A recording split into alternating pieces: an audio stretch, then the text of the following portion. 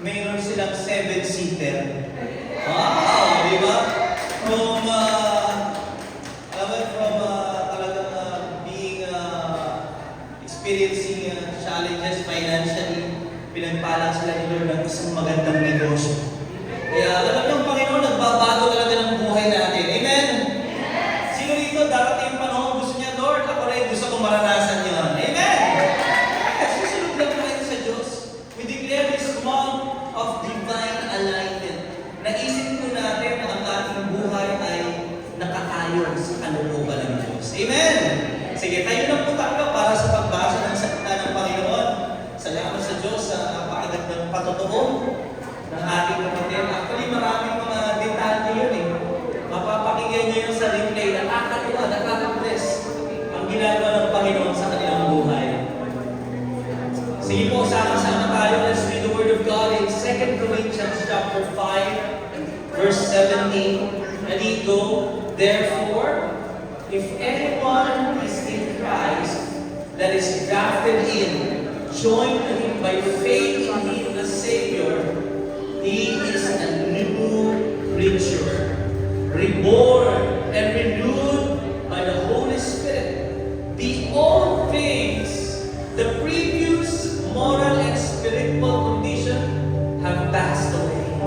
Behold, new things have come because spiritual awakening brings new life. Let's close our eyes and bow our heads as we pray together. Heavenly Father, maraming salamat po sa mensahe mo sa amin, O Diyos.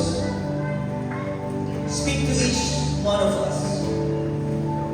Dalangin mo na hindi lamang kami maging tagapakinig. Sa buhay namin ang aming marinig. Gayon, kami ay magkakaroon talaga ng magagandang pagbabago sa aming buhay. Panginoon, pagpalain mo na po kami ng karunungan, kaalaman, pangunawa sa lahat ng aming maririnig na salita. Ikaw ang magturo. Ang boses mo lang ang maririnig, Lord. Puspusin mo kami ng iyong Espiritu sa mga oras na ito upang kami pagpalain ng iyong mga salita. Salamat po, Panginoon, na alis namin lahat ng mga gawa ng kaaway na kami i-distract, i-delay, i-deceive. Maluwalhati ka sa araw na ito. Maluwalhati yung pangalan sa mga pagkakataong ito, Panginoon. Maraming salamat po. Naasahan namin ang pagkilos mo sa aming buhay sa pangalan ni Jesus. Palapakan po natin sa likha ng Diyos. Ayan. Okay, pwede na po tayo maupo, mga kapatid. Excited ba kayo mag-worship, mag-pulit sa Lord kanina? Sarap, no? Praise God. Yes, nahihina ang katawan natin, pero ang Lord ang ating bahagi, pinapalakas tayo araw-araw.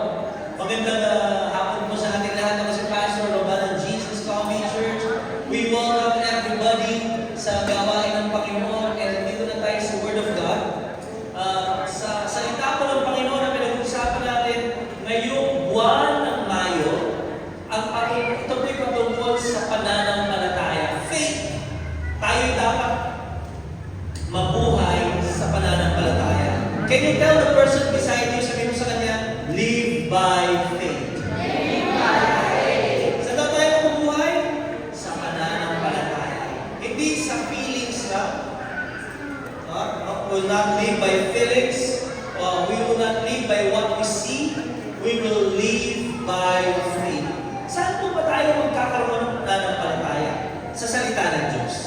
Kapag tayo nakakarinig ng salita ng Diyos, pangako ng Diyos, kanina habang nagpapatotoo siya, sinasabi niya yung mga salita ng Diyos, totoo magaganap po yun. Kaya it comes from the Word of God. At yung faith na yun, kapag sumunod tayo, mararanasan natin ang pagpapala ng Diyos. Sabihin natin, ang pagpapala. Sige, sabihin natin, ang pagpapala ay mararanasan sa pagsunod. Do you agree? Amen. Totoo yun. Kailangan sumusunod tayo. At syempre, hindi lamang pagpapala ang pananampalataya, tinuturuan din tayo paano magtiis, magsaga, manatiling tapat hanggang wakas. Yan ang ginagawa ng pananampalataya. At nung huling linggo, nung Sunday, pinag-usapan natin yung pananampalataya ay kaya niyang talunin ang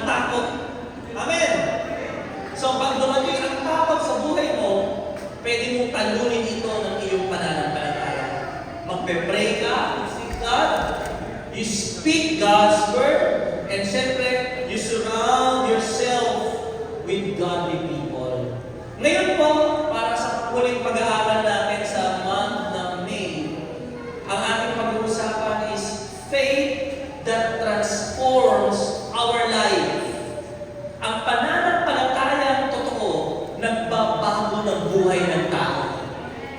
Lahat po ng mga naka-encounter kay Jesus nung siya'y nandito pa sa mundo, no? Nung siya'y nagkakawang tao, yung mga totoong sumampalataya sa kanya, nagbago talaga yung buhay. Napakahalaga po na makita natin sa buhay natin, ano ba sa akin nung nakilala ko si Kristo? Ang sharing ng ating kapatid, dati siyang sugarol, paalawari, pero nung nakilala na ang Panginoon, nagbago ang kanyang buhay. Naniniwala ko, siya mismo magpapatotoo talagang hindi ka na nagsusugal, JB, di ba? Di ba? Pustahan tayo, hindi ka nagsusugal. Hindi na, di ba? Malaya na. Pustahan pala eh. Hindi ka na nag-inom ng anak. Hindi na. Totoo. Pero dati nating buhay nun. At ngayon, dahil kay Kristo, siya'y nasa gitna eh. Nagbago na yung mga sumunod. Kaya kung gusto po natin magkaroon ng pagbabago sa ating buhay, sa ating mga anak, sa ating pamilya, sa inyong asawa, ipakilala niyo si Kristo. Si Kristo lang ang makapagbabago sa buhay ng bawat tao. Amen? Sino po dito, meron po kayong old and new pictures, before and after. Right? Gusto yun yan, di ba? Before. Si Sister, nakikita ko yung picture na ng batang-bata talaga eh, di ba? Meron kayo mga ganong picture? Tapos alam mo ngayon, may AI, di ba? Binabalik, di ba, yung picture ng ano? Iba na ngayon eh. Pero in a way, maganda. Alam niyo, mga kapatid, kapag ang isang tao nag-gym, dati yung kanyang weight, lalagay niya, dati 100 kilo. After gym, 85 kilos. May pagbabago, tama? Pero kung nakalagay doon, 100 kilo. After gym, 105. Parang iba yata yung pinuntahan, di gym. Di ba? Baka bakery yung pinuntahan nun. Walang pagbabago. Ito buhay natin. Before Jesus, and when we met Jesus, ano na ngayon yung buhay natin? May nabago ba sa buhay niya? Tanong mo. Sabi po, sino rito? Hindi naman tayo perfecto, pero alam natin, may nabago din sa buhay natin. Amen! Totoo. Gusto ko lang i-share ang picture ko dati. Ayan, si Pastor. Ay, talagang nasisira eh. Nasisira eh.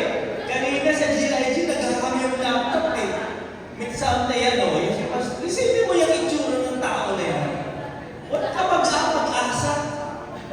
Yan ang dati kong buhay. Ang focus ko niyan, magpuyat ka, para kumita ka ng pera, mayakang ka, mabili mo yung gusto mo, makapunta ka sa gusto mong pupuntahan. Pero ang totoo, tuyot pa rin. Ang totoo, mukhang nakangiti pero malungkot ang buhay. Amen? Totoo ba yan?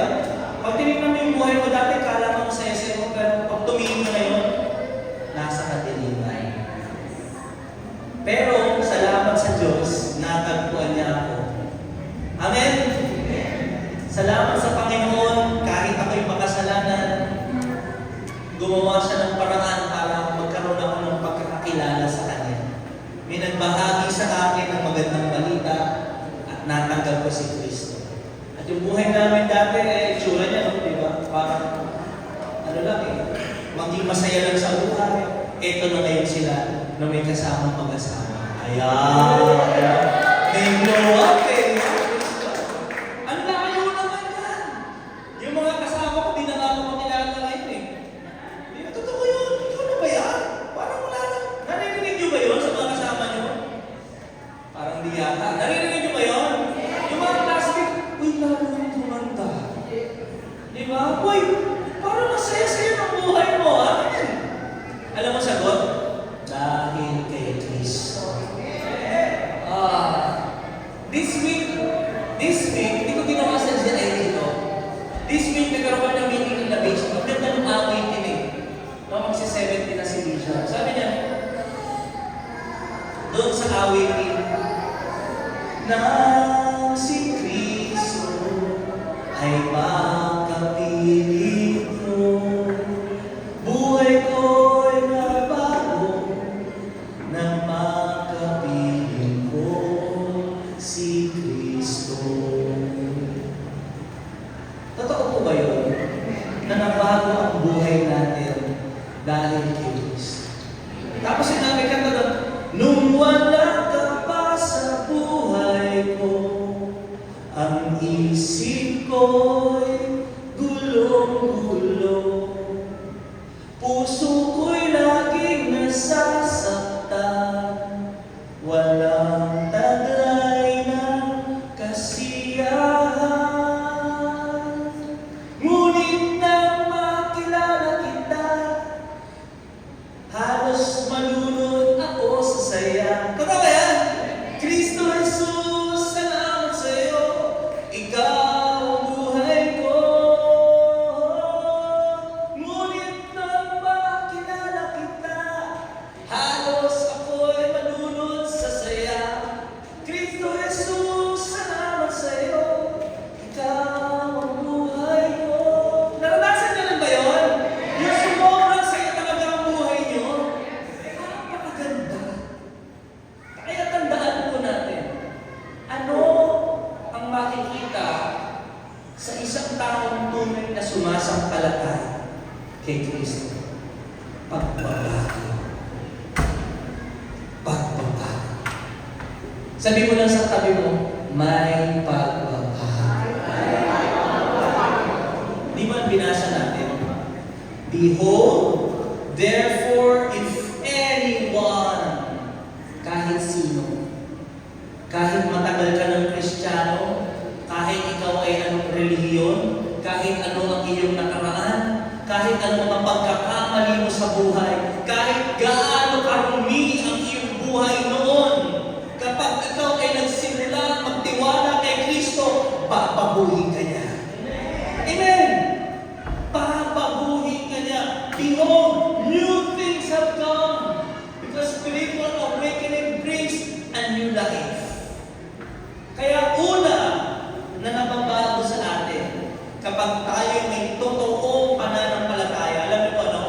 It changes what our hearts desires. Kapag tayo po ay nakipag-isa kay Kristo, yung puso mo, yung nais mo, yung gusto mo, nababago. Sabi ng kapatid natin kanina, testimony yun, dati pag maatin ng church, ang ako mo ay bakit? Ako magsusugal. Yun ang gusto niya eh. Pero hindi dumating ang panahon na nakatagpo siya kay Kristo. Yung totoong Kristo nawala yung kanyang pagnanais sa mga bagay na yun. Ito yun, I'm speaking from my personal testimony. Alak, nag-iinom din. Babae, sigarilyo, pornography, lahat ng yan, check ko dyan. Pero alam niyo, kapag ikaw ay nakatagpo kay Kristo, totoo, babaguhin niya yung puso. Yung mga dating masaya ka, akala mo tunay na mga pagpupuno sa'yo, hindi mo alam, natutuyot ka lang, aalisin niya yun at papalitan niya ng mga bagong pagnanais. Totoo yan. Binibigyan ka niya ng panibagong pagnanais. Merong sinabi si C.S. Lewis, hindi nakalagay dyan, isa sa mga pinakamagagaling na mga writers, Christian writers and authors. Kapag ang nais mo ay hindi na matatagpuan sa mundong ito, isa lang ang ibig sabihin. Ulitin ko kapag ang nais mo ay hindi matatagpuan sa mundong ito, kapag yung hinahanap ng puso mo ay hindi mo mahanap sa mundong ito, ang sabi niya, isa lang ang ibig sabihin, hindi ka taga dito. Alam niyo, totoo yun. Darating ang panahon kapag ang isang tao ay nakatagpo kay Kristo, yung mga bagay ng mundo ito, hindi na siya talaga hindi na siya gusto. Hindi niya na ninanais. Ang ninanais niya, yung mga bagay sa mundo, sa buhay na walang hanggan. Naintindihan niyo ba yun? Kasi hindi ka taga dito. Kaya kahit anong gawin, ayaw mo na yan. Dati gusto ko yan, pero dahil binago ng Lord yung heart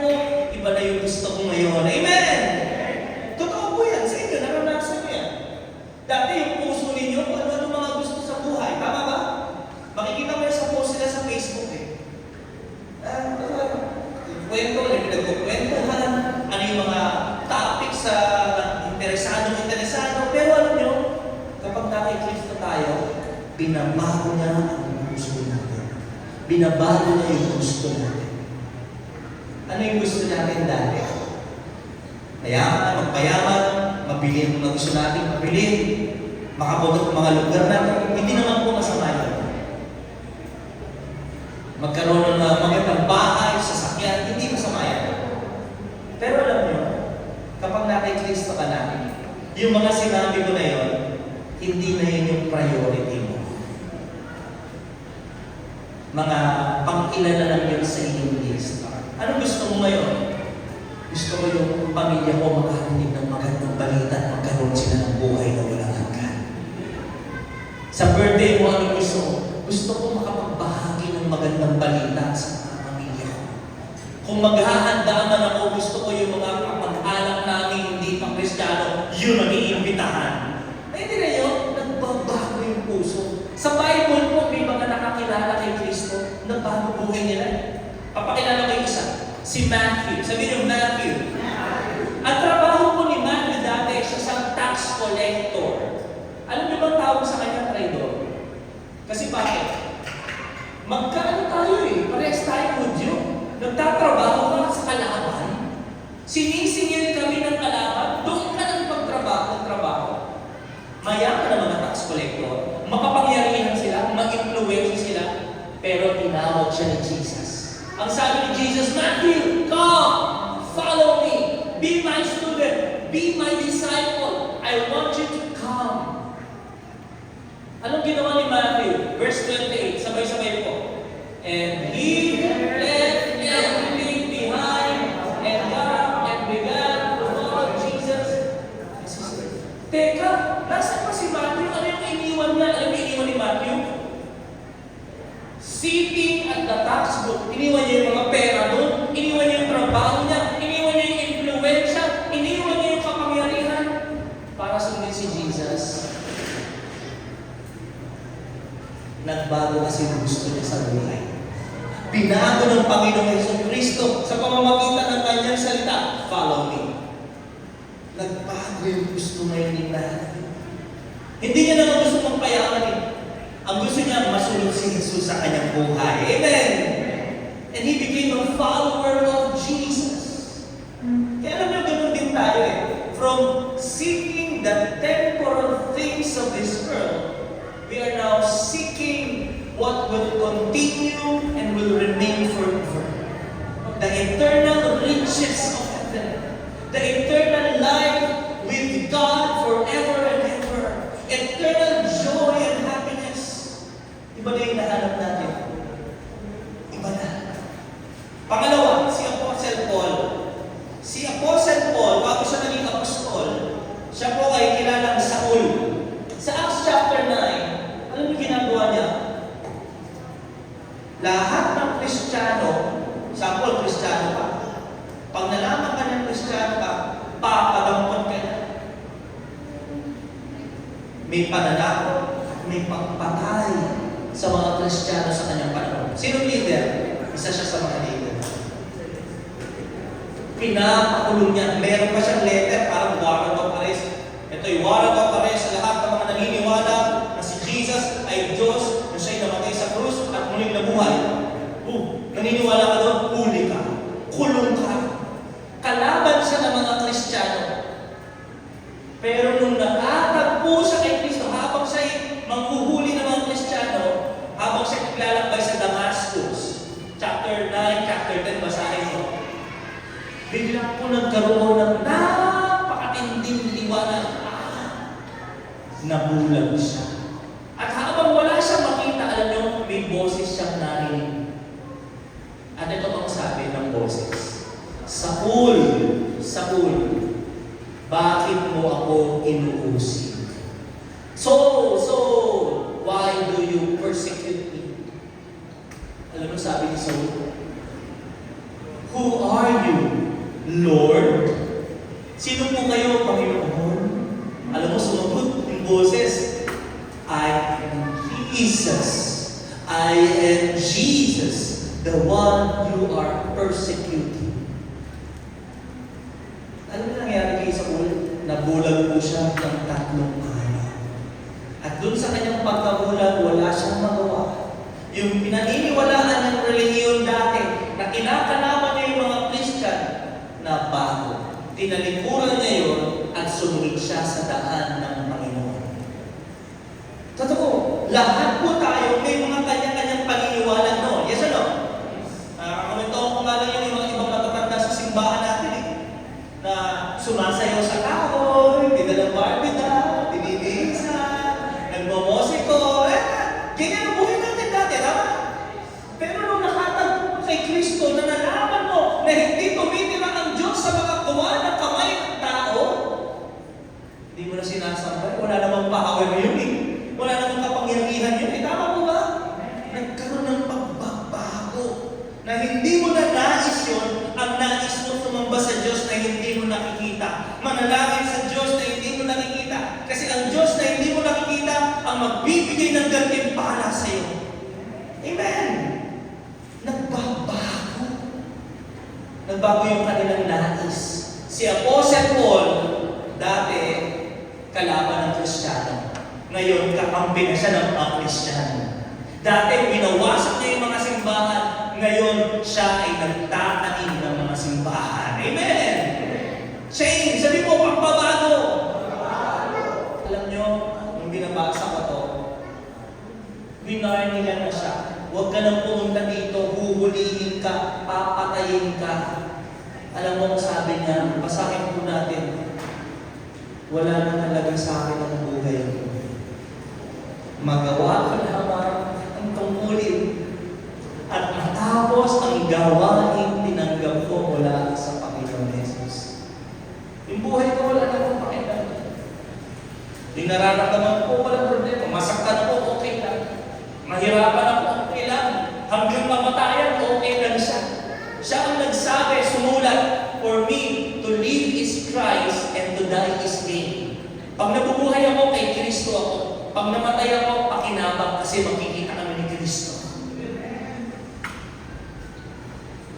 Isipin mo yun, paano niya nagawang ganun na lang yung kanyang priority, yung kanyang purpose, yung dahilan, nagbago ang dahilan ng kanyang buhay. Dati ang dahilan ng kanyang buhay para hulihin ang mga Kristiyano. Ngayon, ang dahilan ng kanyang buhay, ano sabi niya? Para magpahayag ako ng magandang balita tungkol sa kagandahang loob ng Diyos para sa tao. Amen. Kaya tayo po, no? Anong dahilan natin? Ano yung puso natin ngayon? Kung dati itong marumi, kung dati itong makasarili, kapag nakilala natin si Kristo, may pagbabago sa puso natin. Kaya kung gusto nyo mabago yung mga kamag-anak, mahal sa buhay, hindi church, hindi rin si pastor, hindi rin ikaw ang magbabago. Si Kristo makapagbabago sa kanya. Pero siyempre, para marinig nyo yung patungkol kay Kristo, dadali natin sa simbahan. Amen! Pastor, masulit nga eh. Kaya nga, tayo nga lahat makasalanan, kaya kailangan natin si Kristo. Huwag mong idadahilan na tsaka ka na magbabago, pupunta kay Lord kapag malinis ka. Ang may sakit, ang may kailangan ng doktor. Ang mahina, ang kailangan niya kalakasan. Ang makasalanan, kailangan niya ng tagapagligtas. Pangalawa po, ano makikita sa totoong pananampalataya? Basahin natin. Faith in Jesus Christ renews our, hindi lang puso ang binabago. Ano din tao? Isip. Magbago tayo ng isip. Kung gumagawa tayo ng masama dati, kapag nakilala mo si Kristo, magbabago ka ng isip, gagawin mo na yung mabuti. Amen? Kung ikaw ay pasaway na anak, nung nakilala mo si Kristo, magbabago ka ng isip, magiging masunurin ka ng anak. Amen? Kung dati mandaraya ka, sinungaling ka, nung nakilala mo si Kristo, Lord, ito, magiging tapat ka, lalaban ka ng patas. Amen! Meron po isang pangalan sa Bible, sa Luke chapter 19, si Zacchaeus, or Zacchaeus. Alam niyo ba si Zacchaeus, hindi lang siya tax collector, he is the chief tax collector. Sabihin niyo, chief. Kung si Matthew tax collector, ito yung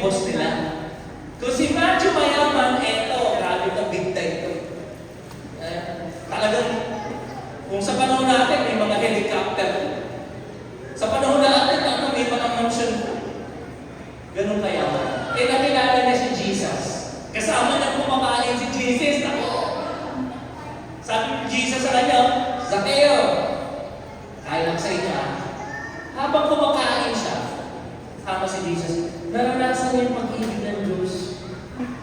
Sa dami ng mga makasalanan, ako pa yung napili ni Lord, yung pinakamalala. Naranasan niyo yung pagtanggap ng Jesus sa Kanya. Nagbulong-bulong man yung mga tao. Sino yung kasama ni Jesus? Makasalanan niya. Sino yung kasama? Nakagipagkwento mo pa? Napaka-corrupt yan! Magnanakaw yan! Magpanaya yan! Luke 19. Anong sabi ni Zacchaeus? Tumayo siya at sabi niya, Panginoon! Ano sabi? Ano sabi? Panginoon! Ano sabi niya? Lord! Sabi niya, Lord! Ano tawag mo kay Jesus? Ano ba kay Jesus, Lord? Sagot po, ang tawag niyo kay Jesus? Lord. Ano yung ibig sabihin ng Lord? Ibig sabihin, siya yung master ng buhay mo. Ibig sabihin, siya yung masusunod sa buhay. Pero ang totoo, maraming tao ang tumatawag sa kanyang Panginoon, pero hindi naman sumusunod. May kilala kayong ganyan? Huwag mo tingnan yung matabi mo, dito ka lang. Lord, ka pa dyan, at tigas naman ang ulo mo. Pag sinabi pong Lord, ibig sabihin, siya na ang masusunod sa buhay mo. Pag sinabing Lord, Master, kung anong sabihin niya, wala nang tanong-tanong, gagawin mo na lang. Naintindihan niyo po ba yun? Kaya nung sinabi ni Jesus sa Matthew 7:21, basahin yung Bible mo, darating yung panahon sa mga huling araw, marami ang tatawag sa akin, Panginoon, Panginoon. Ano sabi niya? Pero sabi niya, hindi ko kayo kilala. Lumayo kayo sa akin. Grabe, no? Sabi ni Zacchaeus, Panginoon, ano yung ibig sabihin nun? Nabago na yung isipan niya. Nung nagkaroon siya ng meeting, encounter kay Jesus, hindi lang puso nabago. Nabago yung isipan niya. Na-realize niya, may mali sa buhay niya. Ang ganda nung sinabi ng salita ng Diyos na yun. Na-realize niya, teka, may mali. Kailangan mong baguhin yung pagkakamali na yan. Ano sabi niya? Lord, ipapamigay ko yung kalahati ng aking kayamanan sa mga mahihirap. Napakayaman niya yung kalahati mo sa mahihirap. Di ba yun? Kung ako'y may sino man, sasakunin ko sa kanya ng makakapang beses. Grabe, no? Nagkaroon ng tunay na pagsisisi. Tinalikuran niya yung mali at ginawa niya yung tama. Pakinggan niyo to. Yung mga politician ngayon, nagko-quote sila ng Bible verse. Nagsasabi kinukot si Lord. Alam ng Diyos yan, kung totoo silang sumasampalataya at napatunayan na sila yung may inakaw, ano kailangan nilang gawin? Solid. Hindi na pagtanggol. Pinagtanggol ba ni Zacchaeus yung sarili niya? Ang tunay na nakatagpo kay Kristo, nagbago yung puso, nagbago yung isip, natanggap niya mali siya, si Jesus yung tama. Kaya sa buhay natin, ganun din. Nakikita mo ba yung kamalian mo kapag lumalapit ka sa Diyos? At kapag nakikita mo, kailangan mo yung baguhin mo. Ganun po yun eh. Pag palapit ng palapit, palakas ng palakas yung ilaw, lalong makikita mo, wala yung dilim. Sa paglapit natin kay Jesus, ang totoo nakikita yung dilim sa atin. Nakita ni Zacchaeus yung kadiliman sa kanyang buhay at sabi niya, Lord, hindi tama to. Magbabago na ang kanyang isipan. The word change of mind is the word repentance. Nagbago ng isip. At nakita po yun saan? Sa kanyang gawa. Hindi lang sa salita, ginawa niya. Kaya alam mo sabi ni Jesus, ang kaligtasan ay dumating ngayon. Dahil ngayon na nagsisi, ngayon din ang kaligtasan ko. Amen? Kung bukas, baka bukas ka pa maligtas. Pero walang kasiguraduhan sa araw ng bukas. Kaya sisisi, kailan ang panahon? Ngayon. Kailan ang pagtanggap kay Jesus? Ngayon. Kailan ang desisyon na magbago ng puso at isipan?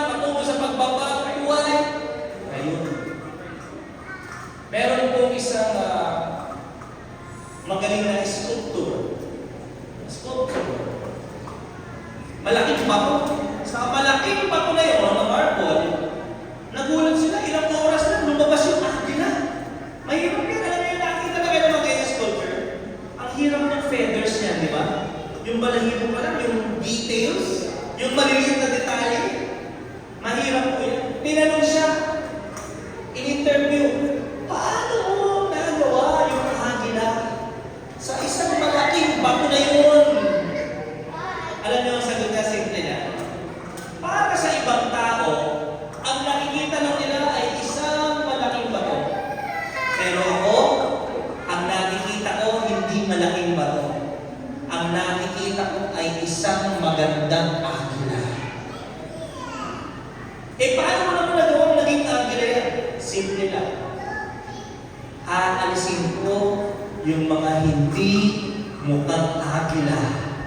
Hindi bahagi ng agila sa bato na ito. Alam nyo, ang aral na sinasabi ko sa inyo, ang Diyos, hindi ka nakikita na parang isang malaking bato. Ang Diyos, ang tingin niya sa iyo ay isang napakalaking agila. At yung agila na yun ay lalabas na kapag unti-unti inalis yung mga hindi tama sa buhay mo. Amen?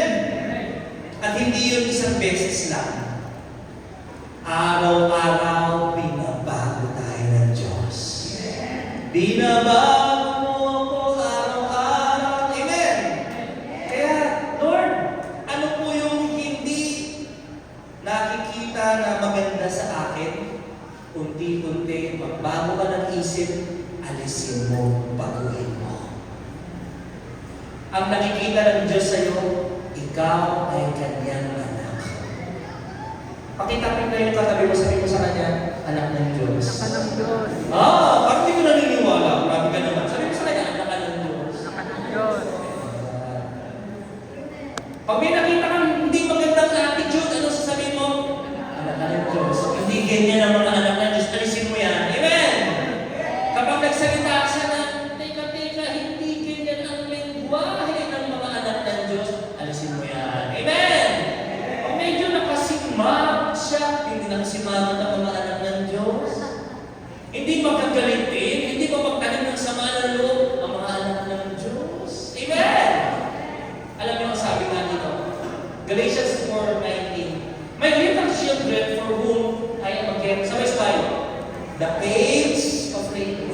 Sa mga nanay, alam niyo po yung pakiramdam ng mga anak kayo, yung bago kayo mga anak yung labor pains, masakit po o masakit na masakit? Sobrang sakit. Tama? Alam niyo, ganun din kami. Ganun din ang Panginoon yung puso niya. Ang hirap ng kanyang nararamdaman. Ang hirap ng struggle, ng work. Patuloy siyang nagtuturo, kasaway pa rin. Patuloy siyang nag-i-encourage, rebelde pa rin. Hanggang makita si Kristo sa atin. Completely and permanently formed within. Anong aral po dito? Ang pagbabago sa buhay natin hindi instant. Araw-araw, kailangan mong matutunan na mayroong gustong baguhin ng Diyos sa buhay. Over time and not overnight ang transformation. Kahit po ako, pastor, lagi ako napapaya ako sa mga message Lord sa akin kasi meron siya mga pinipinpoint sa buhay ko na anak, kailangan mong baguhin. Kailangan. Wala bang perfect sa atin? Ang perfection, ma-achieve natin kapag nasa langit na tayo. Tingnan mo yung katabi mo. Sabi mo sa kanya, walang perfect sa atin. Marami pang babaguhin sa atin. Amen? Totoo ba yan? Isa lang ang perfect. Si Jesus. Amen. At yun ang gusto mangyari ng Ama, na maging tulad tayo ni Jesus. Magsalita sa ugali, sa pakikitungo sa ating kapwa. Panghuli, sa pagtatapos, ang tunay na pananampalataya, sinusuko maging kanyang emosyon. Sabi ng emosyon. Sige nga, bigyan tayo ng mga emosyon ninyo. Ano mga emosyon ninyo? Galit? Ano pa? Lungkot? Ano pa? Inis? Takot? Ano pa yung mga emosyon ninyo? Naaasar kayo? Nawawalan kayo ng pasensya?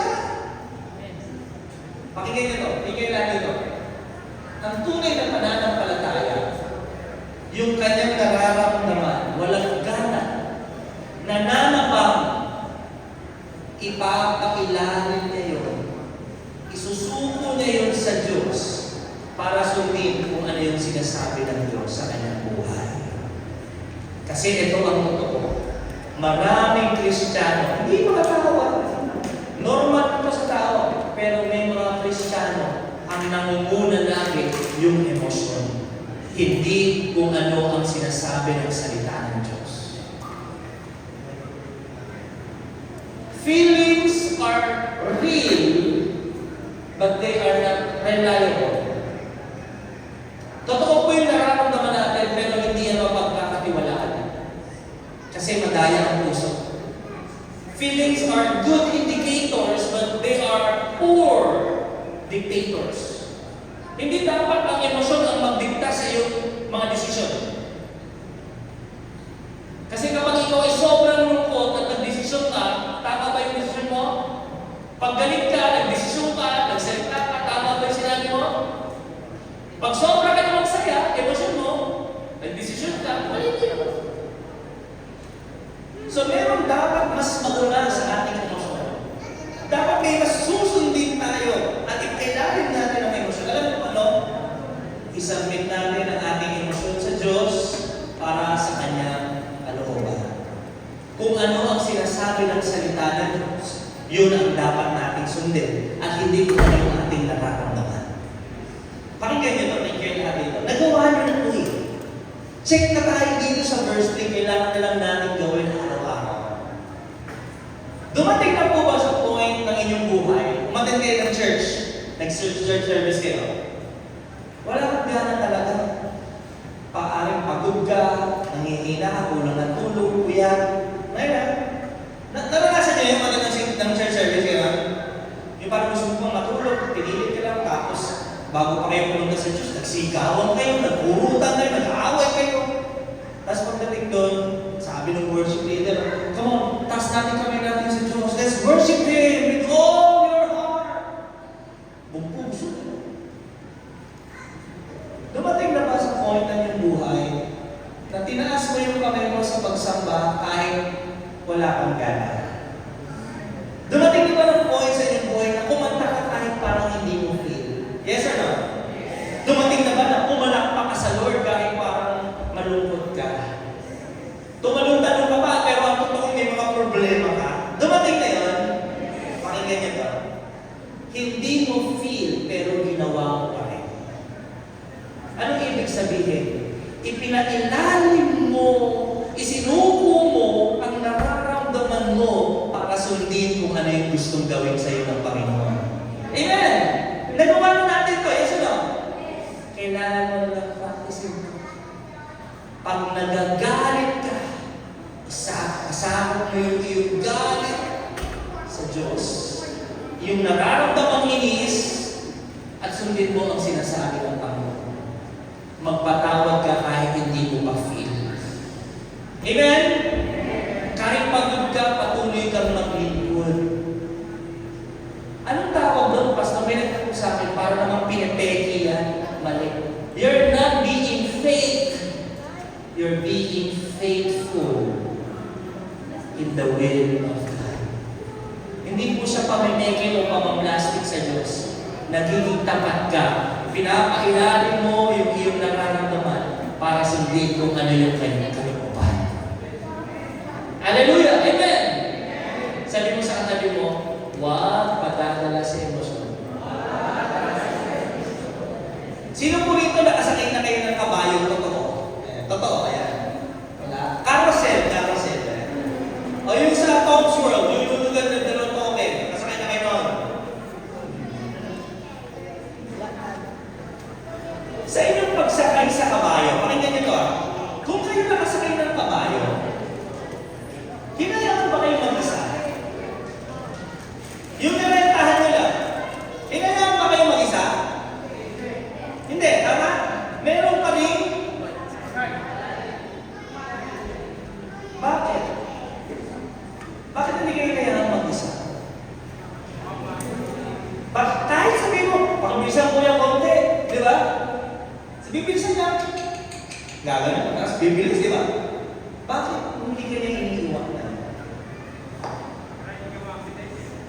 Kasi yung mga kabayo, malalakas yan na mga nilalang. At kapag ang kabayo ay mas malakas dun sa nakasakay sa kanya, at ang kabayo ang nasunod kesa dun sa nakasakay sa kanya, ano mangyayari sa iyo? Mapapahamak ka. Isipin niyo to. Ang emosyon ay parang mga malalakas na kabayo. Tilig. Gustong mamula. Gustong maghagi sa buhay mo. Pag hindi mo na control, mapapahamak ka. Totoo? Kaya kailangan ikaw ay binibigyan ng Lord ng kapangyarihan. Bunga ng Espiritu. Alam mo ba ang tawag doon? Self-control. Matutunan mo magpigil sa iyong nararamdaman. Hindi ko sinasabi na maging manhid ka. Ang sinasabi nito ng salita ng Panginoon, kapag naramdaman mo ang isang hindi magandang emosyon, ipailalim mo yan sa kalooban ng Diyos.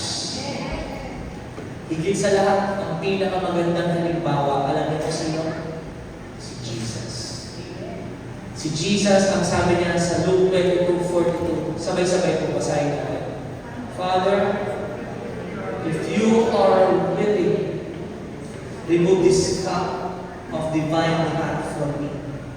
Yet, hindi yung gusto mo, kundi kung ano yung gusto mo.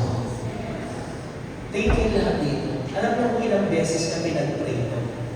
Sa Garden of Gethsemane, madaling araw, alam mo kung ilang beses siya nag-struggle?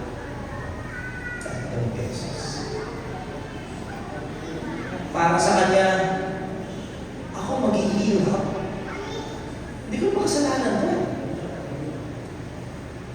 Kasalanan to ng mga tao. Mahihiwalay ako sa iyo, Aba. Forever, lagi tayo magkasama. Tapos, mahihiwalay ako sa iyo. Tatanggapin ko yung bigla. Hindi pa ako nagkakasala. Pero, mailalagay sa akin ng kasalanan. May gusto siya sa kanyang sarili. Sabi niya, let this pass. Baka pwedeng huwag na lang. Pwede naman eh. Tama? Ang gusto mo, pwede naman. Pero ano ba sabi ni Jesus? Hindi na yung gusto ko lang. Kahit mahirap, sige. Kung yan ang gusto ko, yan ang susunod sa buhay ko. Naniniwala ba kayo mas magandang plano ng Diyos sa buhay ko? The best yung maging nagkakawin niya. Alam mo, kailangan natin gawin. Suko natin yung sarili natin. Hindi tayo ang masunod, kundi ang kalooban ng Diyos sa ating buhay. Ang tunay na pananampalataya, nagbabago ang puso, nahuhugasan ang isip, isinusuko ang kanyang nararamdaman sa Kanya. Maaari nandito tayo ngayon, ang sinusunod natin sarili natin. Ang sinusunod natin yung gusto natin sa ating buhay. Ang nais ng Diyos. Isuko natin ang ating buhay sa Kanya. Sapagkat napakaganda ng plano niya para sa atin. Let us close our eyes and bow our heads.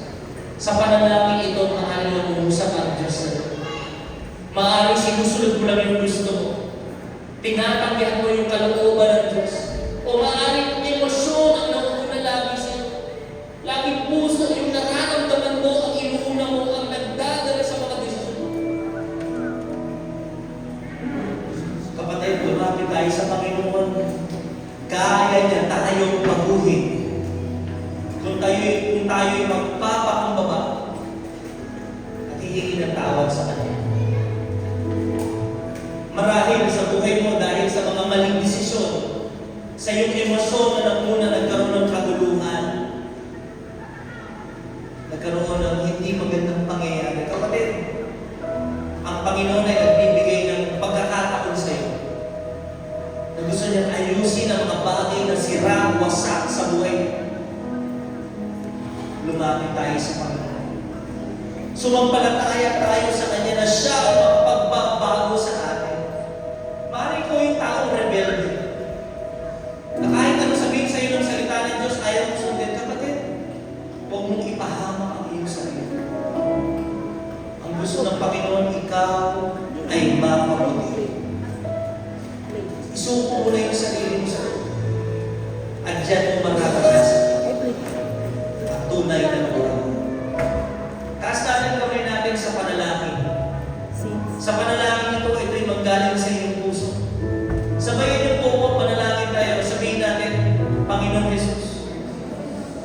patawarin ko sa aking pagre-rebelde sa iyo, sa aking pagsuway, sa pagsunod ko sa sarili kong kagustuhan. Panginoon, makasalanan ko. Pinagsisisihan ko na ang lahat. Binubuksan ko ang puso ko. Tinanggap kita sa aking buhay. Ikaw ang maging Panginoon. Ikaw ang masunod. At kalooban mo ang masunod sa akin bilang Panginoon at tagapagligtas. Salamat po sa pagpapatawad at sa buhay na walang hanggan. Tinanggap ko ito sa pangalan ni Jesus. Palakpakan natin ang Panginoon kung tinanggap ko. Amen. Kayo na tayo. Salamat sa ating Diyos na buhay. One more time, we would like to pray for everyone. And this prayer is for you. Can we close our eyes and bow our heads? Father, maraming salamat po sa aking mga kapatid. Continue to bless them, O God. Continue to guide them with your Holy Spirit. Lord, I pray for your people, for your church, na hindi lamang kami naging tagapakinig ng salita. Makikita ang magagandang pagbabago sa buhay namin, Lord. Lord, bigyan mo nga po kami ng mga bagong naisin. Yung gusto mo, yun ang gusto namin. Give us new desires, godly desires in our lives, Lord God. Maraming salamat po, Panginoon. At isa sa mga desire na ito ay magamit kami sa iyong karya. Pagpalain kami upang maging pagpapala kami sa marami. Baguhin mo rin yung aming kaisipan na kapag kami nagtatanim, sigurado meron kami aanin. Na kapag kami nagbibigay, hindi kami nababawasan. Kami ay madaragdagan. Kapag kami, Lord, ay nagtatayos, nagtatanim, nagbibigay ng seeds namin, Lord, hindi to subtraction, multiplication to Lord. Give us a changed heart, a changed mind. And even, Lord, hindi namin feel patuloy kami susuport sa gawain. Kahit, Lord, yung feelings namin ay taliwas, ipapasakot namin sa iyong kalooban. Patuloy kaming sasamba kahit may mga paghihirap na pinagdadaanan. Patuloy kaming maglilingkod kahit kami ay may mga kalungkutan. Patuloy na magpupuri kahit may mga sugat na hindi pa gumagaling. Panginoon, pagpalain mo kami mga anak. Hindi kami pangungunahan ng aming emosyon. Ang mangunguna sa aming buhay, ang aming debosyon na sundin ang iyong salita. Salamat po, Panginoon, pagpalain mo na binihita na rin ng mga kapatid. And then receive a maximum harvest. Gamitin mo kami, Lord, sa iyong kaharian. Pagpalain mo po mga kamay nito, mga negosyo, trabaho, sa pangalan ng aming Panginoon na tagapagligtas sa Jesus. Everybody say, Amen! Amen! Thank you, Lord! With your blessing over everything in this church, Lord. Wagas ng pagsinta. Ano yan? Daluyan ang mabuhay pagsamba ng aming taong Diyos ngayon at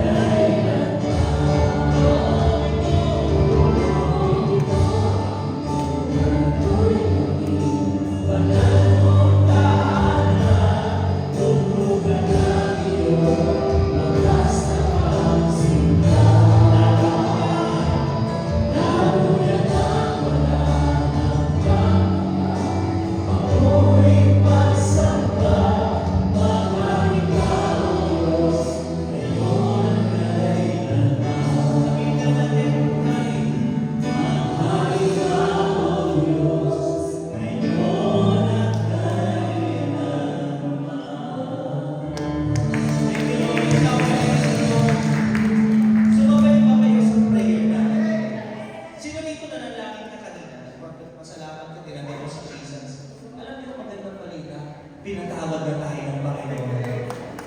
At ang pagbabago ay magaganap at posible Kasi nasa atin ang Espiritu ng Panginoon. Bilang mga anak niya, ipahayag natin ito sabay-sabay. Sabihin niyo, I am a child of